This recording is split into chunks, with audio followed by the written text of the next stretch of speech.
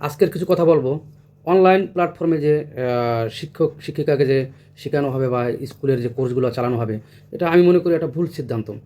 যেখানে মানে অলরেডি বলা হয়েছে যে এইভাবে যদি আমরা করি তাইলে বিদ্যুৎ সাশ্রয় করতে পারো, বিদ্যুৎ সাশ্রয় করতে পারবেন, অথচ বিদ্যুতের জায়গা থেকে ক্ষতিগ্রস্ত হবেন।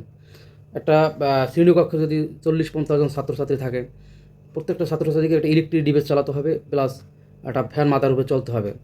আর বইয়ের পাতায় নজর রাখা ছাড়া শিক্ষার যে জাতির মেরুদণ্ড যে গড়বেন, সেটা কোনো দিনই সম্ভব হবে না।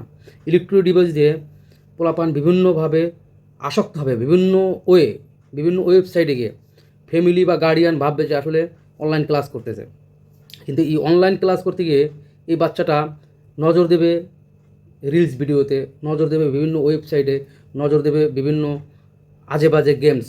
হ্যাঁ, এই ইলেকট্রিক ডিভাইস হাতে তুলে দেওয়া।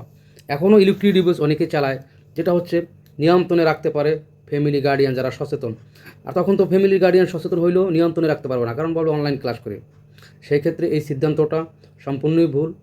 যাতে করে আমাদের নেক্সট প্রজন্মে যে ছাত্রছাত্রীরা আসতেছে বা আসবে ইনশাল্লাহ, তাদের অবকাঠামো খুবই খারাপ হবে। তারা বিভিন্ন বাজে কাজের সাথে লিপ্ত হয়ে পড়বে। প্লাস যে ছোট্ট সোনামণিদের যে চোখের যে জ্যোতি, সেটাকেও কেড়ে নেওয়া হবে। তো আমি বলতেছি, এই ধরনের মানে সিদ্ধান্ত, এটা আমি মনে করি আমার জায়গাতে সম্পূর্ণ ভুল সিদ্ধান্ত। তারপর আপনারা বিবেচনা করবেন যারা বিজ্ঞ আছেন। বইয়ের পাতায় নজর রাখা ছাড়া শিক্ষার যে অবকাঠামো, এটা সুন্দর করে গুছিয়ে করার মতো কোনোভাবেই সম্ভব না। তো সেই ক্ষেত্রে কোনো ভুল সিদ্ধান্ত নিয়ে পুরো জাতিকে বা শিক্ষার যে প্ল্যাটফর্মটাকে ধ্বংস করে না দেওয়াটাই আমি মনে করি উত্তম হবে। ভিডিওটা ভালো লাগলে সবাই সচেতন করে দেবেন সবাইকে।